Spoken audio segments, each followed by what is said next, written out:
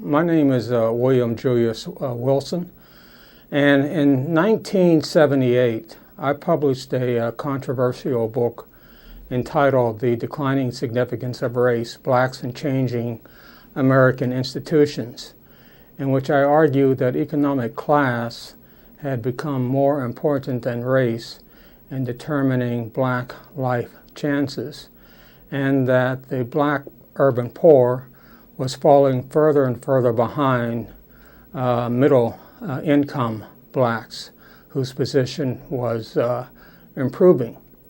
That book generated enormous controversy,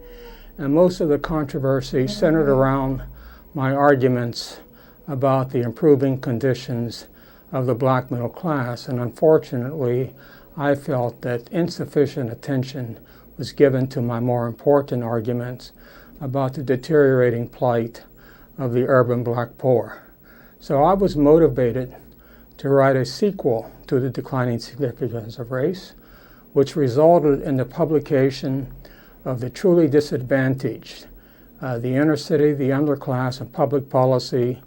by the University of Chicago Press in 1987. My major argument in The Truly Disadvantaged is that concentrated poverty increased significantly between 1970 and 1980, not because of purely racial factors, but mainly because of changes in the economy and the outmigration of working and middle class blacks, leaving a higher percentage of poor blacks, a concentration of poor blacks in many of these neighborhoods. In further elaborating on this thesis, I developed a theory of the social transformation of the inner city, and I talked about the effects of concentration, highly concentrated neighborhoods, effects that were exacerbated by changes in the economy. Now, this book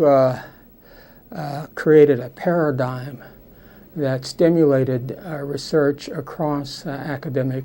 disciplines. It was discussed or cited in over 3,500 empirical studies, but it also received a great deal of attention outside of academia. It was reviewed on the front page of the New York Times book review, also received a front page review in the Washington Book World, as well as in the New Republic.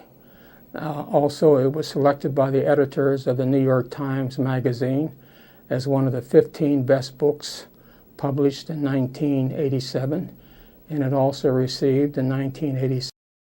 the annual Washington Monthly's Book Award. Finally, after the publication of The Truly Disadvantaged, I was featured in a profile in the Weekend Review section of the New York Times. Now, the University of Chicago Press has just published the second edition of the Truly Disadvantaged, which includes a long afterword that I wrote, that reflects on the book's influence on the fields of urban and race and ethnic relations, as well as its influence on public policy. Now, in many respects, my review of the hundreds of articles that have responded to the book has been gratifying, because most of these articles either support or extend the basic arguments and hypotheses advanced in The Truly Disadvantaged.